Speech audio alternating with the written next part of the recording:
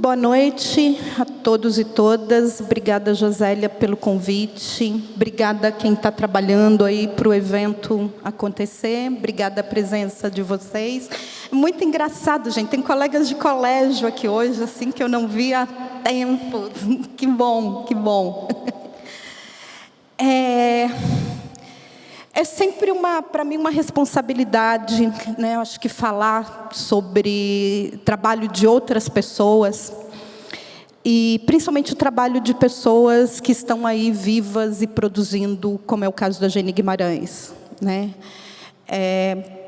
Peço desculpa assim por talvez não me aprofundar tanto, né? Mas falar da medida do possível, do meu contato com a obra dela, do que ela representa para o meu trabalho, do que representa ter a Geni Guimarães aí com a gente aí hoje, né? Então, ou seja, não sou especialista na obra da Geni, mas é uma obra, uma escritora que me impressionou muito. Da primeira vez que eu li, eu acho que deve ter tardiamente, infelizmente, acho que é uns 10 anos que eu tomei contato com o trabalho dela. Tive a sorte de participar no mesmo evento com ela em 2004, em Brasília, 2014, em Brasília, que é um evento assim, que eu guardo muito no coração, né, de ter conhecido. Eles conseguiram meio que juntar, eu acho que a grande parte das escritoras negras que estavam aí produzindo, e foi o evento que eu gosto de me gabar, assim, que eu fui no show da Elza Soares com a Angela Davis, né? Isso para currículo não tem melhor. Então, o que eu vou falar um pouco aqui da Geni, eu também não consegui, porque eu não gosto de ler, né? Então não se preocupe, eu não vou ler tudo isso. Mas, assim, mês de novembro é aquela correria, né? Tá vários eventos por conta do mês da consciência negra. Então, não consegui me preparar para só uma fala do jeito que eu gosto de fazer. Então, vai ter alguns momentos em que eu vou alternar aqui fala e leitura, né, sobre o trabalho dela. Um pouquinho, então, começar um pouquinho da biografia da Geni, né? O nome de Geni Mariano Guimarães. Ela nasceu numa cidade de São Manuel, em São Paulo, interior de São Paulo, em 47. Ela diz que ela conheceu 9 dos 12 irmãos que ela teve. Então, acho que uma típica família negra do interior, cheia de filhos, né? Onde a educação é muito importante, né? Ou seja, a gente há muito tempo já se tem consciência da necessidade de ascensão através da educação, e talvez a Geni seja uma das representantes representante dessa importância que algumas famílias às vezes escolhem apenas um dos membros, né, que é aquele que você pode, ou seja, não vamos ter dinheiro para sustentar todo mundo, então vamos escolher alguns e esse a gente investe na educação, né? Há um livro dela que eu vou falar mais dele aqui hoje, que é O Leite do Peito, um livro de contos. E também porque é um livro autobiográfico, né? Então, ali, na leitura de um dos contos desse livro, né, a Geni diz exatamente o quão o pai dava importância a essa educação e o quanto ela gostaria de deixá-lo orgulhoso, né, sendo ela uma estudiosa. Então, o que a gente tem aí é uma trajetória da Geni indo... alguém que, para se sustentar durante os estudos e mesmo antes de estudar, por exemplo, ela só teve condições de ir fazer uma faculdade quando ela já tinha mais de acho que 23 ou 24 anos, né? E a trajetória dela, né, para se sustentar durante esse período, trabalhando como empregada doméstica, trabalhando como babá, né, e depois consegue fazer a faculdade de letras e, a partir daí, se torna professora. Então, a partir dessas, já professora e já depois de muito tempo, é que ela realmente começa a escrever e a publicar. A estreia dela como escritora profissional se dá em 1979, com um livro de poemas chamado Terceiro Filho. né? E a partir daí a obra dela começa a ser comentada. Em 1988, né, ela lança esse livro de contos, o Leite do Peito, através de um patrocínio da Fundação Nestlé. Existia a Fundação Nestlé de Cultura, né, que era extremamente prestigiosa naquela época, né? Então, acredito que talvez isso tenha inserido a Geni nesse métier, né, nesse mundo da literatura, que sempre vê a literatura escrita por negros e negras, né, como uma literatura menor, né, de menor qualidade, ou militante, né, ou a gente vê aí vários rótulos desse tipo de literatura que a gente produz, né? Eu acho que rompendo essa tradição e ganhando esse prêmio, que era um prêmio que grandes escritores, a grande maioria homens brancos, né, ganhavam, deu a ela um passe, não que ela precisasse, né, mas a gente olhando do lado de lá para cá, dá esse passe como inserção realmente de uma escritora, né? E a partir daí ela começa a publicar então outros livros, né? Começa a fazer palestras, ganha outros prêmios importantes, principalmente com um dos livros dela que é o mais conhecido, que é considerado uma novela, O A Cor da Ternura, que ela recebeu o prêmio Adolfo Aizain pela Academia Brasileira de Letras e ganhou também o Jabuti em 1990. E além dessas obras, né, além dessas duas obras, ela também publicou em algumas antologias, né, Da Flor, O Afeto, da Pedra, O Protesto, de 1981, o livro de poemas, né, Balé das Emoções, em 93, A Dona das Folhas, em 95, que é um livro infantil, o Rádio de Gabriel, de 95, que também é outro livro infantil, Aquilo que a Mãe Não Quer, de 98, e também ela tem algumas publicações bem assíduas naquela coleção Cadernos Negros, né, que a gente está aí, que foi, eu acho, que um dos principais veículos de promoção e de divulgação da literatura feita por negros e negras no país, e que a gente, se não me engano, a gente está aí nos Cadernos Negros, volume 41 ou 40, né? É bem interessante para quem se interessar, sentir uma evolução, e principalmente uma evolução na escrita, na temática, de escritores que estão produzindo aqui hoje ainda, como a Esmeralda, a Lia Vieira, o Cuti, a Conceição Evaristo, né? Acompanhar as publicações anteriores deles nos Cadernos Negros, né? Através de poesias e de contos. É bem interessante ver essa evolução, né? Então, onde é que eu parei? Tá. E em algumas antologias, e eu acho que está para sair um novo livro dela agora, esse ano, não sei se é esse ano ainda, viu? Sair esse ano ainda, e eu acho que ela também vai estar aqui em São Paulo na balada literária do ano que vem, né? Ela já teve em 2011, e eu acho que ela volta para essa balada. Então, não percam a oportunidade, né, de ver e ouvir a Geni, e principalmente é muito emocionante vê-la ler os próprios textos, porque é uma literatura, né, feita aquilo que a Conceição Evaristo chama de escrevivência, né? Uma literatura feita a partir das próprias experiências, a partir do mundo que ela bem conhece e do que ela muito viveu, né? Tem um vídeo dela, para quem se interessar, está no YouTube, se vocês procurarem Geni Guimarães, Nós Mulheres, né, eu acho que faz parte de um ciclo de pequenas entrevistas com mulheres escritoras latino-americanas, e que ela fala um pouco do processo de escrita dela, né, de como é que ela começou a escrever e por que ela começou a escrever. E ali,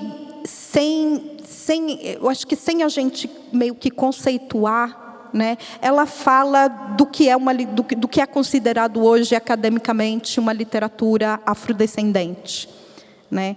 Porque a gente meio que já vem falando de várias coisas, né, antes do conceito existir e dessa coisa ter nome, né? principalmente pensando dentro de movimentos negros, como, por exemplo, você tinha tortura, né? Só passou a ser chamado de tortura depois que os brancos foram torturados durante a ditadura militar, né? Isso a gente já vem sofrendo desde sempre, né? No período da escravidão, vem sofrendo desde sempre dentro de uma política carcerária, numa estrutura racista como a nossa, né? Feminismo, né? É outra palavra que ganha força a partir do momento em que recebe a adesão de mulheres brancas, né? Mas assim, se você for pensar nas principais reivindicações de movimento feminista, aí não só no Brasil, mas principalmente aquela primeira onda do movimento feminista de 1960, 1970, né? Com as mulheres ali reivindicando, né, poder trabalhar fora de casa, né, melhores condições de salário, melhores condições de pagamento, né? Isso, ou seja, mulheres negras já vivem essa vida e já vivem essa experiência desde muito sempre, né? Só não tinha esse nome, né? Deu-se um nome a partir daquele que controla os meios de comunicação e os meios que fazem com que há uma denúncia, né, que busca um determinado movimento, engaja nesse movimento, né? Então, vendo as entrevistas da Geni, mesmo algumas entrevistas anteriormente, que vocês também podem achar muita coisa escrita na internet, né? A gente vê ali que o que ela faz, ela sempre fez, e o que todos nós fazemos, né? Mesmo que alguns não gostem dos rótulos, né? Eu acho importante politicamente, né, eu dizer que a literatura que eu faço é uma literatura negra ou é uma literatura afrodescendente, né, esvaziando aí qualquer menção ou mensagem negativa que isso possa trazer, mas pensando politicamente num país onde a produção acadêmica, cultural, de pessoas negras, né, durante muito tempo foi invisibilizada, né? Então eu acho importante que haja esse tipo de posicionamento político, né, de dizer que a literatura que a gente faz é sim uma literatura negra ou uma literatura afrodescendente, e isso também se espalha para todas as artes, né? E aí eu queria começar aqui falando um pouco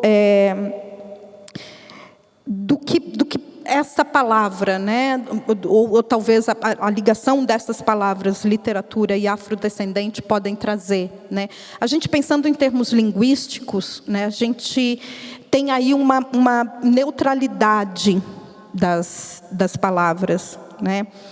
Mas é impossível uma neutralidade não no sentido de que é uma palavra vazia, mas no sentido de que ela está esvaziada, né? Mas no sentido de que ela pode ser preenchida e contaminada dependendo do contexto histórico, social e cultural em que ela é dita, né? E dependendo da vivência de quem está falando e da vivência de quem está recebendo, né? Então, por isso eu acho importante essa classificação dessa literatura que ela faz e que eu faço e que muitos outros meus contemporâneos estão fazendo aí. Ou seja, usar a palavra carregada de um sentido ideológico e vivencial que nós estamos dando a ela, né? E não mais sendo definidos por ela, através de outros estudos, né? E, para começar a entender o que é uma literatura afrodescendente, eu gosto do trabalho do professor Eduardo de Assis Duarte, lá da UFMG, que eu acho que é um dos principais aí divulgadores e cunhadores desse termo, e também ele vem fazendo um trabalho bem interessante de resgate, né, da produção literária afrodescendente brasileira.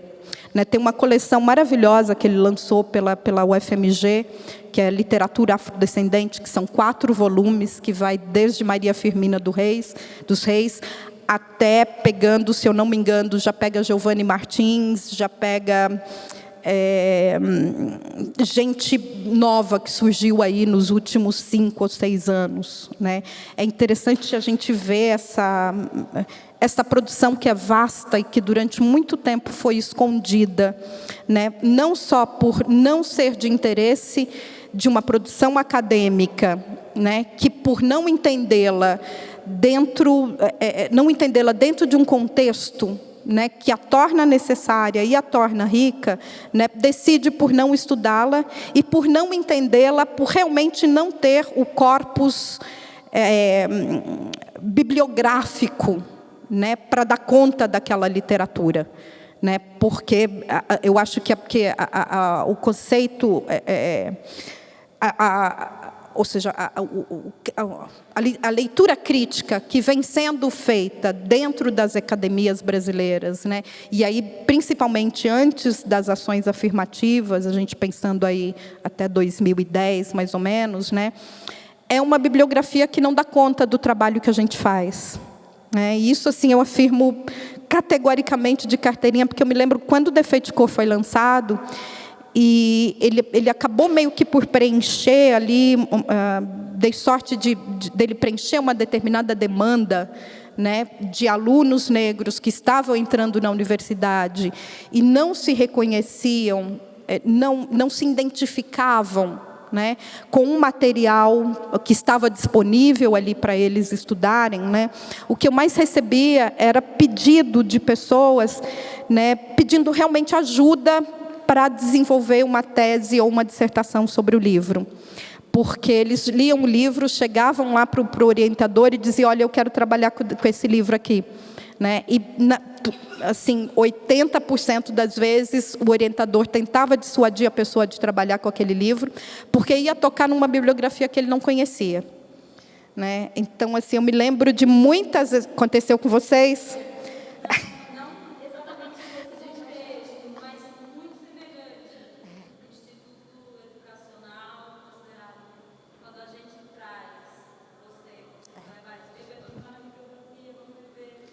Exatamente. Então, ou seja, eu acho que esse movimento é importante nesse sentido, né? Se a gente pensar aí o quão importante, eu acho que até para uma evolução do pensamento acadêmico brasileiro, né, as ações afirmativas, porque você traz para dentro da universidade não só pessoas diferentes, com vivências diferentes, mas pessoas com necessidades diferentes e que vão chacoalhar algo que talvez está lá posto há 100, cento e tantos anos.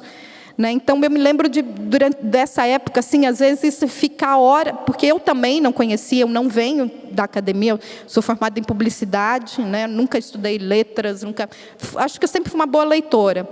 Mas eu também não tinha o conhecimento necessário, né, para ajudar aquelas meninas, assim. E eu ficava desesperada tentando achar outras no Brasil, em outros lugares que estavam trabalhando com aquela mesma temática, para que eles se ajudassem e já chegassem para o professor com uma biografia alternativa que desse conta daquele trabalho que elas estavam fazendo. Né? E essa literatura afrodescendente, né, que já foi produzida anteriormente, que a gente continua sendo produzida, né, o professor Eduardo coloca 5... ela tem que possuir 5 características básicas para ser considerada uma literatura afrodescendente. Né? A primeira delas é em relação à temática. Né? O negro é o tema principal da literatura negra. Né, ou seja, para ser considerado dentro dessa categoria de literatura afrodescendente, a gente tem que estar falando de uma temática negra. Né? E isso quebra, eu acho que talvez um dos paradigmas, né, de produção do romance brasileiro. Porque, não sei se vocês conhecem aquela pesquisa da professora...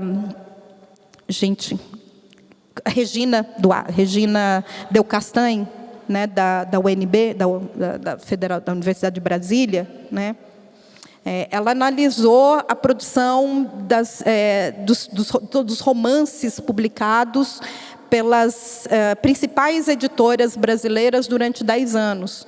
Né? E é um absurdo, assim, o número de... Ou seja, a literatura brasileira, a gente sempre soube que é produzida por homens brancos, héteros, do Sudeste, classe média.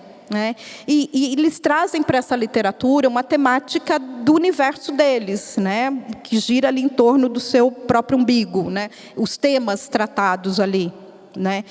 Então, ou seja, para ser considerada uma literatura negra, a temática tem que ser negra, né? A partir de uma vivência negra. Eu fiquei pasma com um dado que eu tomei conhecimento também a semana passada, né? Que desde a produção desde a publicação do romance o Úrsula, né, da Maria Firmina dos Reis, em 1859, acho, né, até O Defeito de Cor, em 2006, foram publicados só 11 romances de escritoras negras no Brasil, né? É um número assim que alarmante. De 2006 para cá foram 17. Né? Então, ou seja, não evoluímos nada, né? Quase assim, sem pensar, ou seja, com certeza há aí uma melhoria, há uma publicação porque há demanda, não é porque o mercado é bonzinho, né? Viu que há uma demanda para esse tipo de literatura e resolve publicar, mas mesmo assim é muito pouco, né? Então, a questão 1, né, para ser considerada literatura afrodescendente, a temática. A 2, a autoria, né, precisa ser produzida por escritores ou escritoras que se digam negros ou negras, né, porque a gente tem muitos aí até que são, mas não se dizem, e é uma opção, né? Eu acho que cada um milita no que aguenta e no que quer, né, mas há que se haver essa autodeclaração, né, tem que entrar na autoria. O terceiro ponto, né, é o ponto de vista, né, ou seja, uma visão de mundo a partir da própria experiência. E aqui eu queria trazer para vocês essa questão da visão, do ponto de vista ou da visão do mundo, para que a gente não confunda com o lugar de fala, né? Que é um termo aí completamente distorcido e mal interpretado na sociedade também, né? Mas esse ponto de vista que eu acho que o Eduardo fala, casa muito para mim com o trabalho de ela é documentarista, roteirista, poeta canadense chamada Johnny Brand, que tem um livro maravilhoso que eu não canso de falar desse livro, né, que se chama, infelizmente não está traduzido aqui no Brasil, mas se chama A Map to the Door of No Return, né, um mapa para a porta do não retorno. B-R-A-N-D, Johnny Brand. Esse livro é um livro lindo, eu vou ver se eu consigo trazer ele para cá, e eu acho que é interessante publicar, né? Porque ele fala muito desse lugar, a partir de onde a gente filtra a nossa experiência como negro ou negra diaspórico, né? Vou ler um trechinho desse livro da Johnny aqui para vocês, né? A porta do não retorno, real e metafórica, como alguns lugares o são, mítica para aqueles de nós espalhados pelas Américas hoje. Teu próprio conhecimento, alojado em uma metáfora, é um enredo luxuoso. É como habitar uma alegoria, ser um tipo de ficção. Viver na diáspora negra penso eu, viver como um ser fictício, uma criação dos impérios, mas também uma autocriação. É ser alguém vivendo dentro e fora de si mesmo. É entender-se como signo estabelecido por alguém e, ainda assim, ser capaz de escapar dele, a não ser em momentos radiantes de simplicidade transformados em arte. Ser uma ficção à procura de sua metáfora mais ressonante é ainda mais intrigante. Então, estou explorando mapas de todos os tipos da maneira como algumas ficções fazem, discursivamente, elipticamente, tentando localizar os eus transferenciados. Eu não visitei a porta do não retorno, mas confiando em depoimentos aleatórios de histórias de memórias oral dos descendentes daqueles que passaram através dela, vindo a mim, estou desenhando um mapa da região, prestando atenção ao rosto, ao desconhecido, aos atos não intencionais de retorno, às marcas deixadas na soleira. Cada ato reminiscente é importante, até mesmo olhares de consternação e desconforto. Cada fio de sonho é uma evidência. A porta é um local real, imaginário e imaginado. como são as linhas e os continentes negros. É um lugar que existe e existiu. A porta no qual africanos foram capturados e embarcados em navios que seguiram para um novo mundo. Foi a porta de múltiplas saídas. Uma porta que muitos de nós gostaríamos que não tivesse existido. É a porta que torna a palavra porta impossível e perigosa. A porta odiosa e desagradável. Há nesse estado mental comum de não se estar nem aqui, nem lá, nem dentro, nem fora. Como se a porta fosse também sua própria imagem. Pegos entre as duas, nós vivemos na diáspora, no mar intermediário. Ao imaginar nossos ancestrais colocando os pés para fora desses portais, tem-se a impressão de vê-los caminhando para o nada. Sente-se um espaço surreal, inexplicável. Imagina-se pessoas tão chocadas com as próprias circunstâncias, tão quebrantadas que recusam a realidade. Nossa herança é viver nesse espaço inexplicável. Esse espaço que se mede pelos passos de nossos ancestrais através da porta em direção ao navio. Ficamos aprisionados no pouco espaço do meio, sob a moldura da porta, único formato da existência verdadeira. Então, esse lugar de onde a gente fala e de onde eu acho que vem a literatura da Geni, né, é desse lugar que a Dione chama aqui, né, desse lugar alojado numa metáfora. Né, porque é desse lugar que sempre disseram para nós que nós viemos. Desse lugar que ele não existe, na verdade, né, porque é um lugar do engano. Né? Por exemplo, pensar o que foi a porta do não retorno, né, em África. Era a porta na qual eles, ou seja, um portal, né, uma construção, em que eles fizeram os negros escravizados passarem por lá, e dizendo que ao passar por essa porta, eles esqueceriam da vida que tiveram antes, né, e chegariam nas Américas zerados, né, para assumirem, para viverem uma outra existência aqui. Né? Então, é desse lugar que sempre nos classificaram. Né? É desse lugar que tentam sempre colocar a nossa experiência. Né? Alojado nessa metáfora dessa porta do não retorno, né? Mas pelo qual é impossível a gente passar sem querer retornar. Né? E isso, por exemplo, a gente vê na história dos escravizados chamados retornados, né, que eu trato um pouco no Defeito de Cor, e que tem um livro do Milton Guran, eu acho que é chamado Agudaz, né, que também dá para ver essa história. Né? Então, acho que foi a partir daí, né, que a gente começa, a partir do momento em que a gente assume a narrativa dessa nossa própria existência, né, o que a gente está fazendo é reescrever toda essa história daqui para trás. Né? E daí você tem que pensar pensar exuisticamente, pensar como Exu. Né? A partir daquele, de um ditado que tem, né, que diz que Exu matou um pássaro hoje com a pedra que jogou ontem.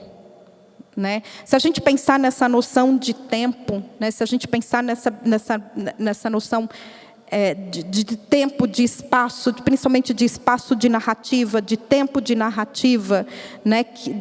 A partir de uma noção ocidental, a gente não vai entender o que a gente faz também. Né? Porque o que eu escrevo hoje, o que muitos dos escritores afrodescendentes estão escrevendo aqui hoje, né? Na verdade, o que a gente está fazendo é tentar reescrever esse futuro, né? Tentar apagar essas imagens nossas que nos foram imputadas, né? A partir de um lugar que nunca existiu. Eu acho que é desse modo que eu digo que não há na crítica, né, ocidental, nesse corpo crítico com que sempre tentou se analisar o que seria literatura aqui no Ocidente, né, não dá conta dessas nossas escrevivências ou experiências, né, porque a gente lida com uma outra noção de tempo, de espaço para inscrever essas nossas narrativas. Né. O quarto elemento do que se considera uma literatura afrodescendente, né, é a linguagem. Né? E essa linguagem ela tem que ser marcada por ritmos e significados novos, entre aspas, novos, sendo lidas a partir desse critério. né? E aqui eu vou trazer uma outra professora também da UFMG, não estou sendo bairrista não, gente, apesar de mineira, mas enfim, que é a professora Leda Maria Soares, né, que tem poetisa, né, professora lá do Departamento de Literatura há muito tempo. Ela tem um trabalho já bem vasto sobre teatro negro, mas eu acho que o que ela fala sobre teatro dá para a gente estender muito para outras artes e principalmente para a literatura, né? Porque ela traz alguns conceitos novos que eu acho que devem ser levados em conta, né, no entendimento dessa nossa literatura, né? A Leda traz, por exemplo, o conceito de oralitura, né, que é um conceito que muitas vezes é desconsiderado ao se falar, né, da produção literária de negros, né, a ponto da gente ter, por exemplo, né, alguém considerado inteligente, né, e antenado, como o Ferreira Goulart, né, ter publicado um artigo na Folha de São Paulo, acho que não sei se foi na Folha ou no Estado, né, dizendo que literatura afrodescendente ou literatura negra não existe, né, não existe porque os negros aprenderam a fazer literatura com os europeus ao chegarem aqui no Brasil, né, ou seja, ele teve a coragem de publicar isso, né, ou seja, de expressar a sua própria ignorância em público dessa maneira, né, e só o teve porque era um homem branco, né, a partir desse privilégio dos homens brancos de geralmente serem acreditados imediatamente, sem ter que apresentar uma prova ou um estudo ou algo do que está falando sempre, né. Do tipo que às vezes levanta a mão, a gente apresenta dados, vem com pesquisa, às vezes de anos e anos e anos e anos, e às vezes alguém na plateia levanta a mão e fala, olha, mas eu acho que não é assim, porque eu... Né? Ou seja, né, não dá mais para a gente ficar conversando, né, em termos desse achismo, né? O que a gente tem aqui são informações, são dados, trabalho de gente que está aí se debruçando, às vezes, sobre determinados temas, 40, 50 anos, né? Formando esses novos conceitos que tem que dar conta do material produzido nesses novos tempos, né? E aí, então, eu vou ler aqui isso que eu escrevi sobre a Leda, que não deu tempo de eu guardar o suficiente para falar sem ler, né? Segundo a Leda, o corpo está na centralidade do debate quando se fala em teatro negro, ou qualquer, e aí também pode ser estendido para todas as artes, né? O corpo negro é como um portal índice de sabedoria, e aí a gente volta lá no portal da Dionne Brand, né? O corpo negro é como um portal índice de sabedoria, que traz nele uma memória diaspórica.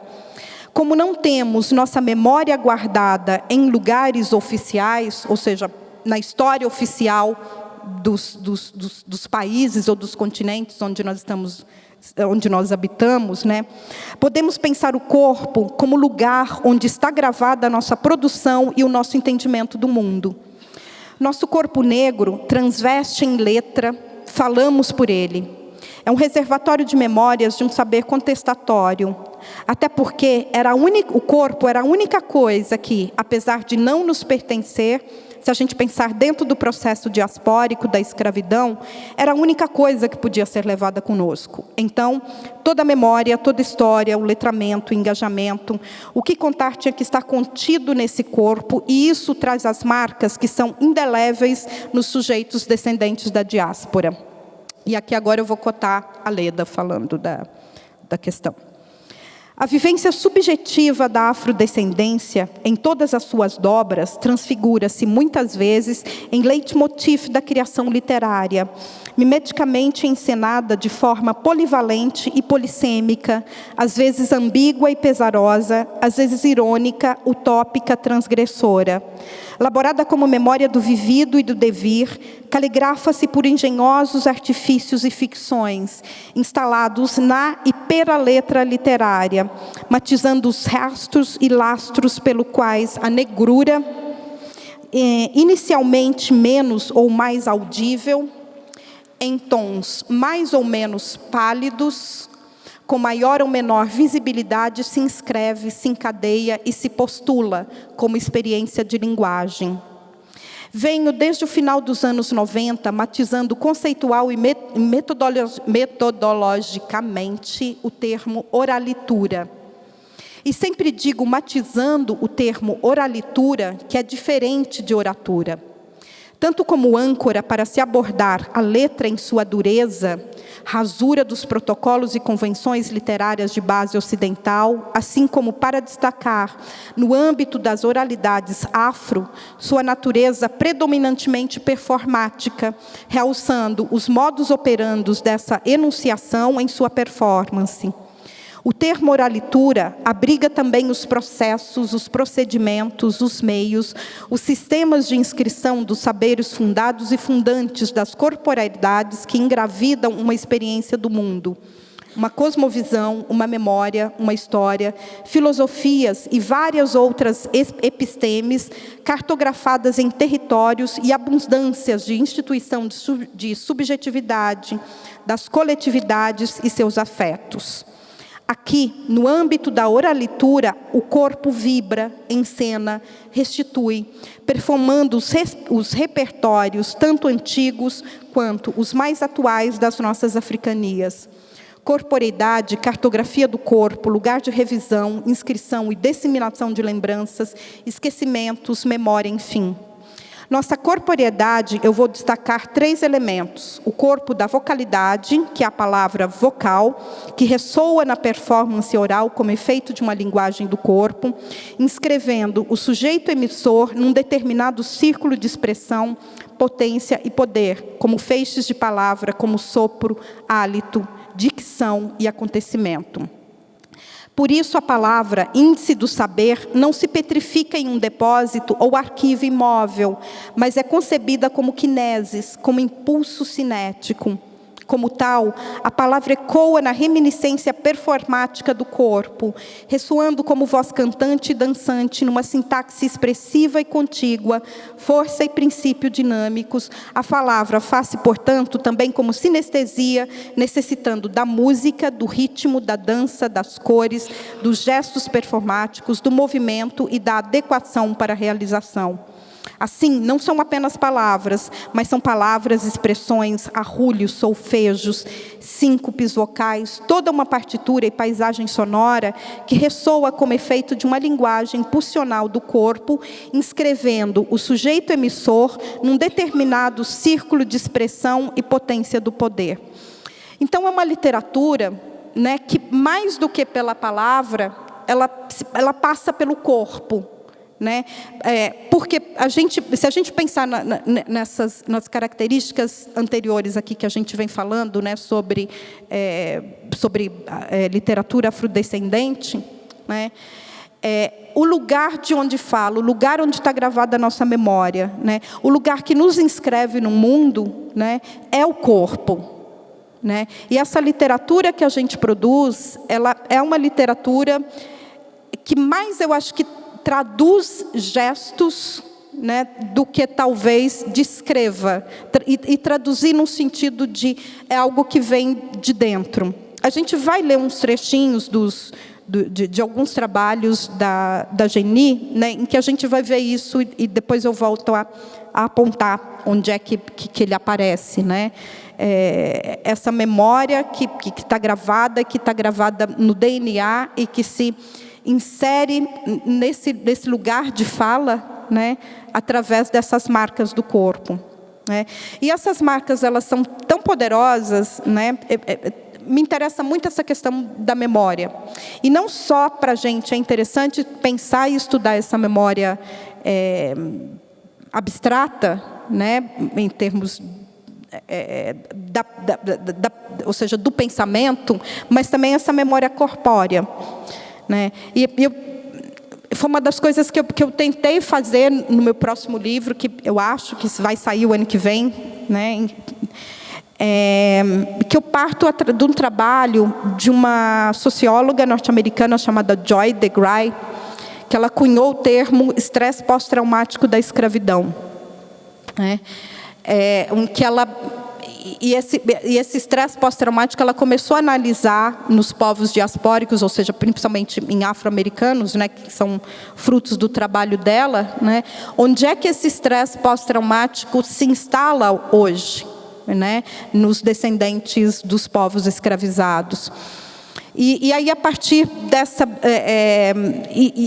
a partir desse estudo dela, foi feito um outro estudo, em que foi no seguinte: ela pegou a amostra de DNAs, né, de afro-americanos, estudou esse DNA, descobriu a qual etnia eles pertenciam, né, foi até o grupo, né, o grupo étnico que eles pertenciam em África, fez o mesmo teste, né, e aponta mínimas variações de DNA em grupos que deveriam ser idênticos.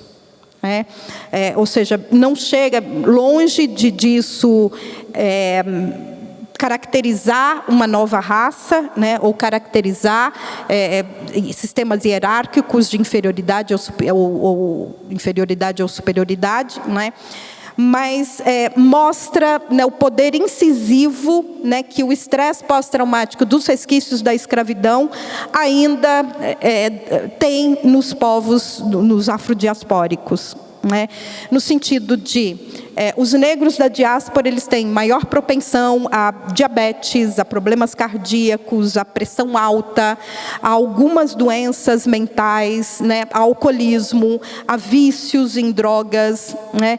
Então, ou seja, isso tudo está no nosso DNA, né? O nosso corpo fala por aí.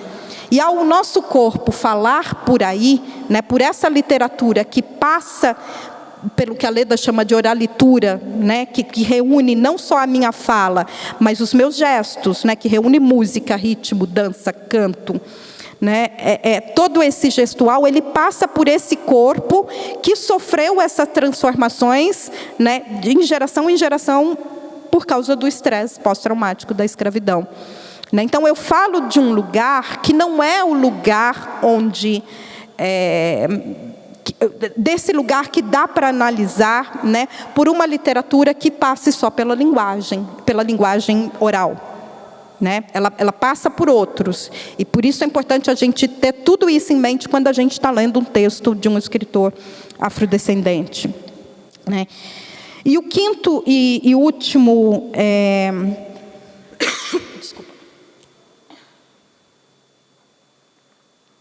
E a quinta e última característica que determina o que é uma literatura afrodescendente, né, é a formação de público leitor. Né? E isso a gente vê muito, e até falando, né, dessa coisa, eu acho que do mercado literário mainstream, né, das grandes editoras, terem entendido, né, que há um público leitor, sim, muito grande e interessado, que se durante algum tempo não consumiu literatura o suficiente para ser notado, é porque não se identificava com aquelas histórias, né? Não se identificava com romances que se passam nas férias nas ilhas gregas, né? Ou com romance que se passa em apartamentos de classe média ou alta em São Paulo, né? Ou seja, eu não para mim, uma das coisas mais... Um livro que me toca, né, são personagens com os quais eu me importo. Né? Eu me importo, não me interessa se ele é bom, se ele é mau, se vai acontecer algo de bom ou algo de ruim com ele. Né? Para mim, um personagem bom é um personagem que eu quero saber o que vai acontecer com ele. Eu me importo, ou eu quero que ele se ferre, ou eu quero que ele se dê bem. Né? Mas, ou seja, o futuro desse personagem dentro da história e a importância dele, o papel que ele vai ter dentro da história, me interessa. Né? Mas, para que me interessa, eu tenho que conhecer minimamente o universo desse personagem. Né? Então, a literatura que é produzida no Brasil, né, e que muito mais era produzida, se a gente for pensar em até 10 anos, eu acho que hoje a gente já pode falar aí de um mercado, né, aberto para essa literatura que é meio considerada de nicho ainda, mas que para mim ela é uma literatura de temática universal. né, ou seja, literatura produzida por negros, né, ou pelo público e para o público LGBT, né, ou seja, a gente tem aí uma literatura que já fala mais diretamente com o leitor, que nunca se viu ou se sentiu contemplado dentro dessas histórias que são contadas dos universos desses homens brancos, né, que na maioria publicavam romances pelas grandes editoras, né. E dentro dessa categoria de formação de público negro, né, e eu vejo assim, ou seja, eu acho que o Defeito de Cor ele ultrapassa essa linha de uma literatura produzida mais para negros ou mais para negros, mas embora eu tenha um público majoritariamente negro, né, e majoritariamente feminino, né, eu vejo ali que muita gente chega para mim e fala, olha, foi o primeiro livro que eu li por prazer, foi o livro ali, histórias que você conta ali, a minha avó contava, a minha bisavó contava, ou é tradição dentro da minha família, né? Ou seja, há ali um envolvimento, porque eu me identifico com aquelas histórias que estão sendo contadas, né? E isso me lembra esse conceito, né, que eu vou trazer aqui um pouco, né, de devir, que é um conceito que a Leda também trabalha a partir do conceito de oralitura, né? O conceito de devir, né, como é que ele foi trabalhado por Deleuze no livro Kafka por uma literatura menor, né? Só um minutinho. E quando ele fala do devir, né, dessa literatura que está sempre em construção, né, de uma literatura que talvez ainda esteja se pensando, né, ele fala de uma literatura produzida desse povo por vir, né, e eu acho que aqui que me interessa mais tratar e que eu acho que a gente vai entrar aqui dentro desse tema, através da literatura da Geni, né? Mas antes de falar desse povo por vir, né, eu queria falar do conceito de povo, né? O conceito de povo usando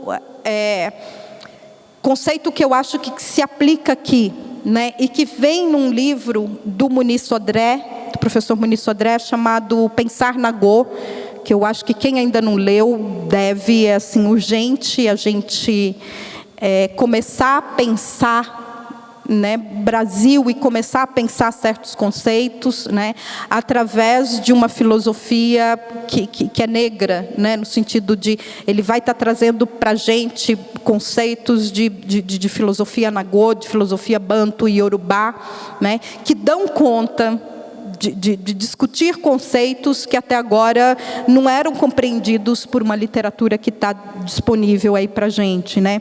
E essa literatura que ele dá de povo, e que ele chama também de comunidade, né?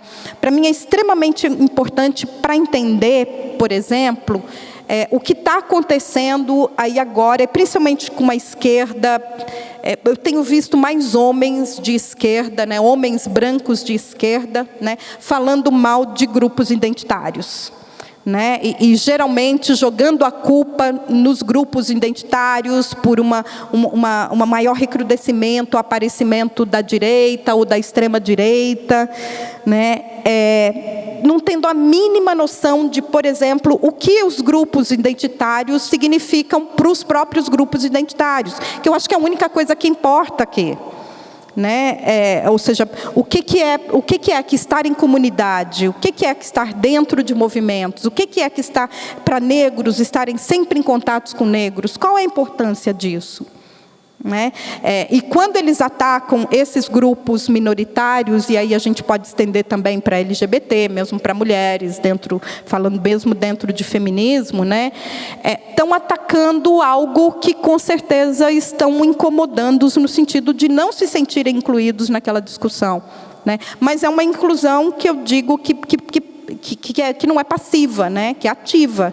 Escolhe-se ser excluído no sentido de não querer ouvir e não querer entender quem está falando de dentro do grupo, né? E o que o Muniz fala, dentro, né, desse, entender esse pensamento diaspórico, né, a ideia do coletivo, né, do que é um povo, do que é um agrupamento, do que é um coletivo, né? Ele diz, é uma organização que nasce de um acontecimento originário que comporta a ideia de um trauma e de restauração. A organização é uma tentativa de guardar as características do acontecimento, na medida em que o acontecimento, enquanto tal, não tem a potência do começo. A organização é a transformação da potência do acontecimento em temporalidade. Esta guarda do acontecimento implica em memória grupal. Né? Então, muitas vezes, quando a gente está produzindo a nossa literatura, né, a gente não está falando só pela gente. Né? A gente está falando a partir de uma memória grupal, né? De uma memória de um grupo, né? que só é grupo, né? Porque a formação desse grupo origina de um trauma. Se a gente estiver falando em povos diaspóricos, por exemplo, esse trauma é a escravidão. Né? Se origina de um trauma e, mais importante ainda, para o grupo permanecer unido, tem que ter, concomitantemente a esse trauma, né, a esperança de superação desse trauma. Né? Então, esses grupos minoritários, a importância deles é tão grande porque né, é a que nos dá esperança de que algum dia, né, esse trauma que é coletivo vai ser superado. Né? Enquanto ele não é, o que a gente faz através da literatura que a gente produz, né, da arte que a gente produz, e aí em todas as artes, né, ou seja, é um processo de cura desse trauma. Né? É um processo de denúncia desse trauma que é coletivo, mas que a gente tenta tratar de uma maneira individual, porque ele dói em cada um de uma maneira, mas a essência dele está ali, né? É desse grupo, e é essa a importância desse grupo, né? Que é algo que quem ataca os grupos minoritários não está interessado em ver, né? Porque ele não faz parte, esse trauma não o afeta tão diretamente. Né? E às vezes pela manutenção dos privilégios, né, de não fazer parte desse grupo, também não é interessante para eles a existência desse grupo. Né? Então acho que podemos pular aqui, né? Tá. E aí voltando lá no Deleuze Guattari, né? Quero só citar um trechinho aqui que ele fala, né, sobre a literatura. A literatura é delírio e, a esse título, seu destino se decide entre dois polos do delírio. O delírio é uma doença, a doença por excelência, a cada vez que erige uma raça pretensamente pura e dominante. Mas ele é a medida de saúde quando invoca essa raça bastarda oprimida, que não para de agitar-se sobre as dominações, de resistir a tudo o que esmaga e aprisiona e de, como processo, abrir um sulco para si na literatura. Fim último da literatura, pôr em evidência no delírio essa criação de uma saúde, ou essa invenção de um povo, isto é, uma possibilidade de vida, escrever por esse povo que falta. E aqui esse por, né, não ele significa na intenção de, né, e não no lugar de. Eu acho que isso também é bem importante a gente pensar, né? Ou seja, eu não estou falando por, né, eu estou falando junto com. Né? Então, esse povo, falar por esse povo que falta é nesse sentido. Né? Eu acho que qualquer literatura afrodescendente é uma literatura que fala desse povo por vir. Né? Desse povo que a gente vem reinventando e inscrevendo na história, né? No presente, mas que nos remete a um passado. Né, que a gente vai tentar reescrever no sentido de dar essa nova, de curar essa doença, né, que ele fala aqui, esqueci o termo, só um minutinho. né? Essa doença que aparece cada vez que aparece uma raça pretensamente pura e dominante, né? Ou seja, talvez curar o mundo, a humanidade ou a comunidade, né, dessa doença, né, de uns se acharem superiores aos outros e de poderem narrar, né, e definir o papel do outro dentro de uma sociedade sem ouvi-lo, né? Então a literatura que a gente faz tenta ser uma cura dessa doença através desse povo por vir, né? E onde é que isso está na obra da Geni?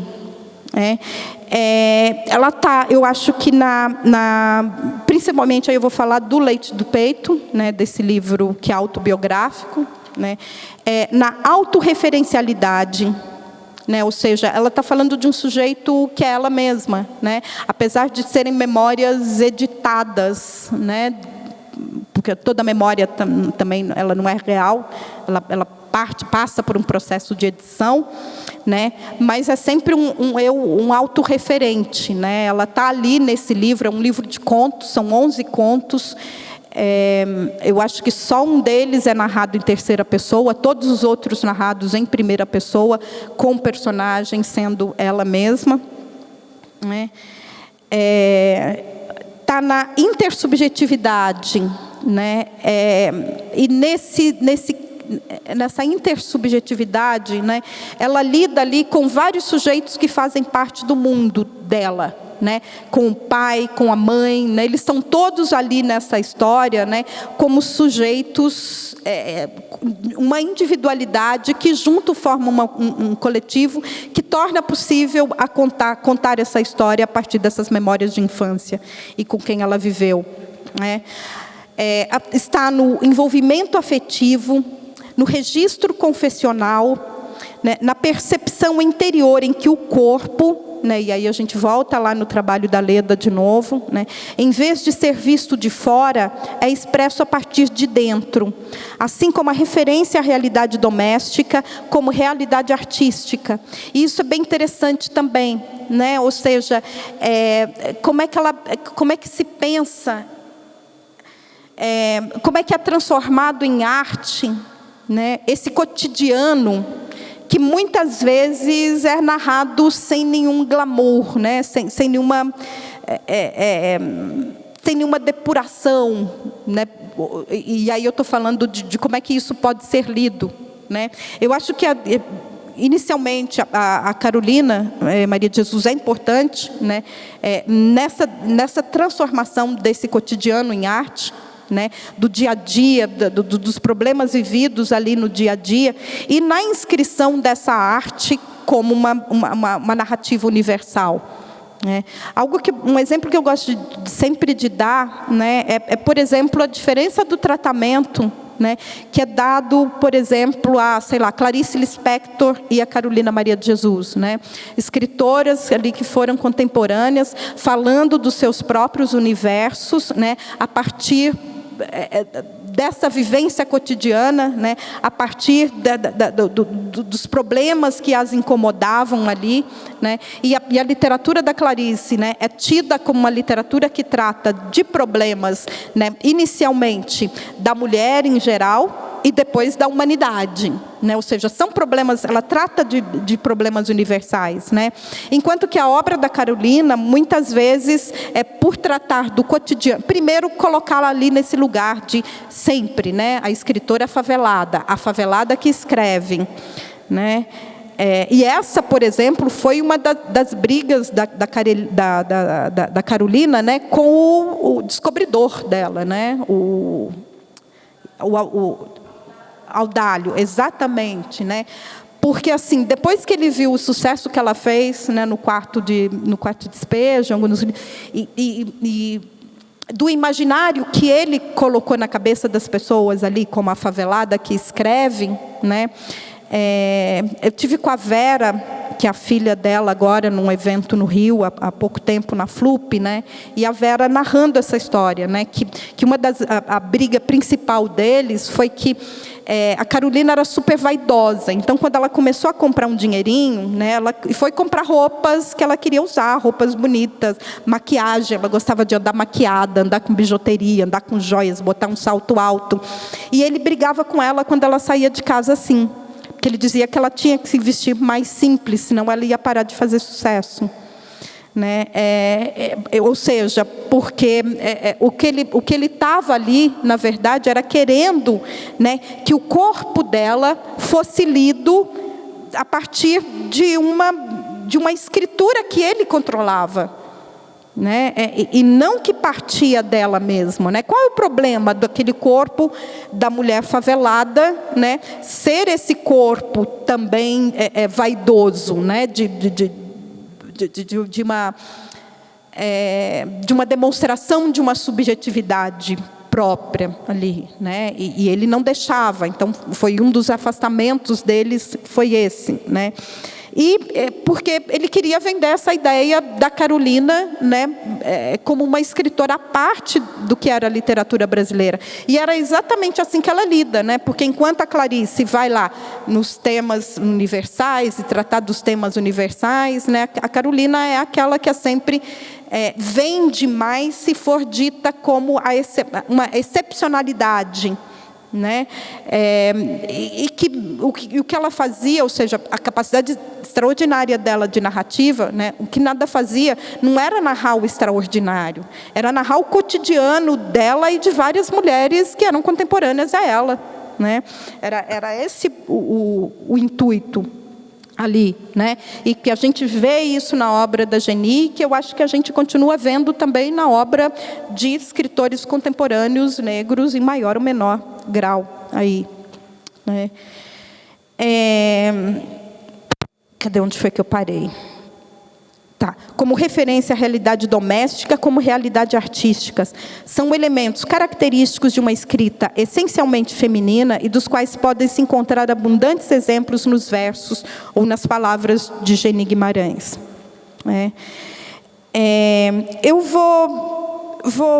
Eu queria... Nossa, já falei quase uma hora, mais de uma hora, que horror.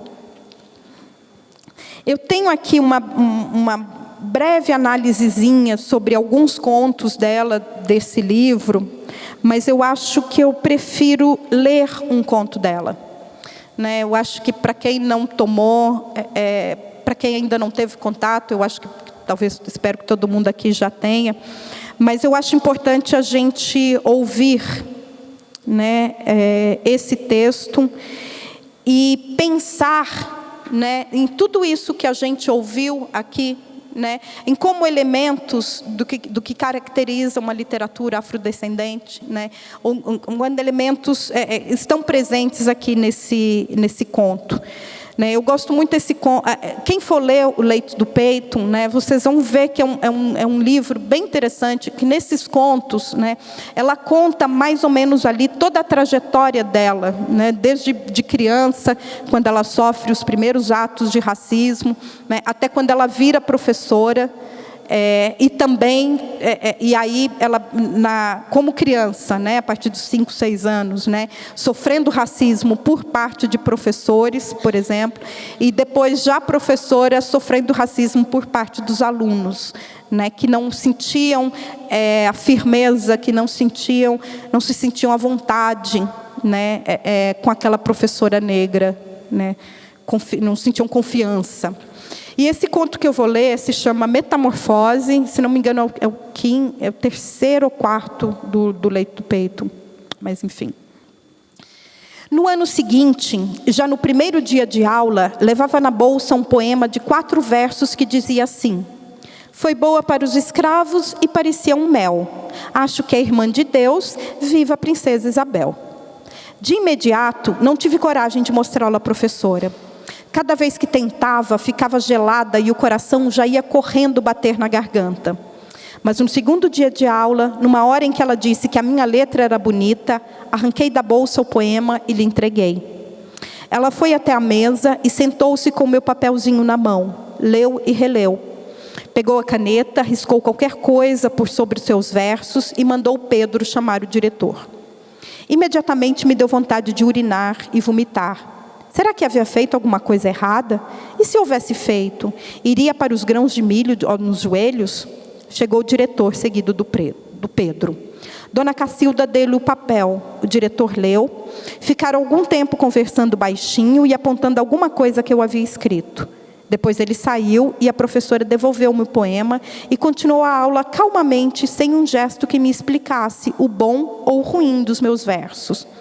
Mas a qualquer barulhinho ficava eu toda trêmula, ávida por um sinal, uma explicação por mais banal que fosse. Assim fiquei até o final da aula, mas quando a minha fila saía e passava pela porta da diretoria, o diretor saiu, procurou-me com os olhos e disse: parabéns. Não foi nada, obrigada. Fui para casa feliz. Sabiás empoleirados na cabeça da alma. Olha que frase linda. Devia ser 10 ou 11 do mês de maio. A dona Cacilda, logo após o recreio, disse-nos: no dia 13 agora, vamos fazer uma festinha para a princesa Isabel, que libertou os escravos. Quem quer recitar? Várias crianças gritaram: eu. Pluft, pluft, meu coração lá foi de novo pulsar na garganta. Era a hora e a vez de expor meu poema. Não podia perder a chance. Mas como conseguir coragem? E se errasse? Assim não dá, gritou a professora. Levantem a mão. Levantei a minha, que timidamente luzia a negritude em meio a 5 ou 6 mãozinhas alvas assanhadas. Você. Não fui escolhida. Tantos não é possível, explicou-nos ela. Mas eu não podia perder a oportunidade. Corri atrás dela, sôfrega. Dona Cacilda, eu tenho aquela que eu fiz outro dia, que eu mostrei para a senhora. E a senhora chamou o diretor e ele falou parabéns. E eu deixo ela mais grande. Falei tudo sem respirar, sem piscar. Medo de não convencer, de apertar os olhos e as lágrimas escaparem do controle da emoção. Saturei. Está bem, amanhã você traz a poesia e a gente ensaia. Acariciou meu rosto e riu xoxamente. Sua mão parecia pena de galinha e seus lábios no riso tinham muito a ver com as casquinhas de tomate caipira que minha mãe colocava no tempero do arroz. Fui para casa meio angustiada. Já estava quase arrependida de haver insistido. O aumentar e decorar o poema não era nada. Difícil era não tremer, não chorar, não esquecer na hora.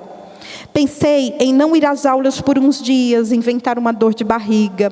Mas não podia falhar com a princesa Isabel. Ela merecia. Se não fosse ela, que pecado seria maior? Mentir que estava doente ou não homenagear a santa princesa Isabel. Optei por ir e não ficar em pecado. Antes tremer, chorar, do que ser castigada por Deus. Por Deus ou por Santa Isabel? Pelos dois, claro. Ela teria que pedir o consentimento dele para me punir, já que ele é pai, o chefe, o dono de todas as decisões. Haveria na certa uma reunião no céu entre santos e santas, anjos e anjas. Não, anjos e anjas não. Crianças não opinam, não decidem nada. Nem voto. Ah, mas se eles pudessem. Se pudessem, seria fácil. Eu mesma conhecia vários anjinhos. A Tilica, que morreu de lombriga aguada. A Luzia, que morreu de bucho virado. O Jorge, que morreu de cair no poço. E tinha mais ainda, e por sorte, todos da minha cor. Seriam votos a meu favor, certamente. Fora a Ana, que era branca, o João Cláudio. Acho que só até eles. Mas não adiantava ficar pensando, criança só ouve quando pode. O fato é que no céu todo mundo ficaria sabendo. Uma vergonha imensa invadiu-me toda, como o dia em que fui pega tentando descobrir a passagem do ovo do galo para a barriga da galinha. Cruz incrédulo. Não havia mesmo outro jeito. O negócio era sumir logo de uma vez, tentar fazer tudo bonito e direito. Comi rapidamente no almoço. Engoli quase inteiros os alimentos. Engasguei com as espinhas de mandiúva. Pus-me a escrever afoitadamente. Aumentei. Criei 4 novos versos. Os homens eram teimosos e os donos deles eram bravos. Por isso, a linda Isabel soltou todos os escravos. Reli os versos antigos e achei que deveriam ficar por último, para encerrar a declaração com Viva a Princesa Isabel. Ao meu poema, dei um título, Santa Isabel. Ficou assim, Santa Isabel. Os homens eram teimosos e os donos deles eram bravos. Por isso a linda Isabel soltou todos os escravos. Foi boa que nem um doce e parecia um mel. Acho que é irmã de Deus, viva a princesa Isabel. Dentro de meia hora havia decorado tudo. Daí comecei a declamar pausadamente. Às vezes começava no fim e voltava para o começo. Tudo certinho, nenhum pulo nas frases, nenhum gaguejar, nada. No dia seguinte, coloquei meus escritos sobre a mesa para apreciação da professora. Ela os pegou, leu, fez as correções ortográficas, como, por exemplo, colocando N's no final da palavra homens, concordou os adjetivos, etc. E me devolveu. Decora que amanhã você recita, certo? Não contei que já estava tudo na ponta da língua. A festa seria depois do recreio, na manhã seguinte. Já no momento em que entramos na classe, ela se pôs a falar sobre a data. Hoje comemoramos a libertação dos escravos. Escravos eram negros que vinham da África. Aqui eram forçados a trabalhar e pelos serviços prestados nada recebiam. Eram amarrados nos troncos e espancados às vezes até a morte. E ela foi discursando por uns 15 minutos.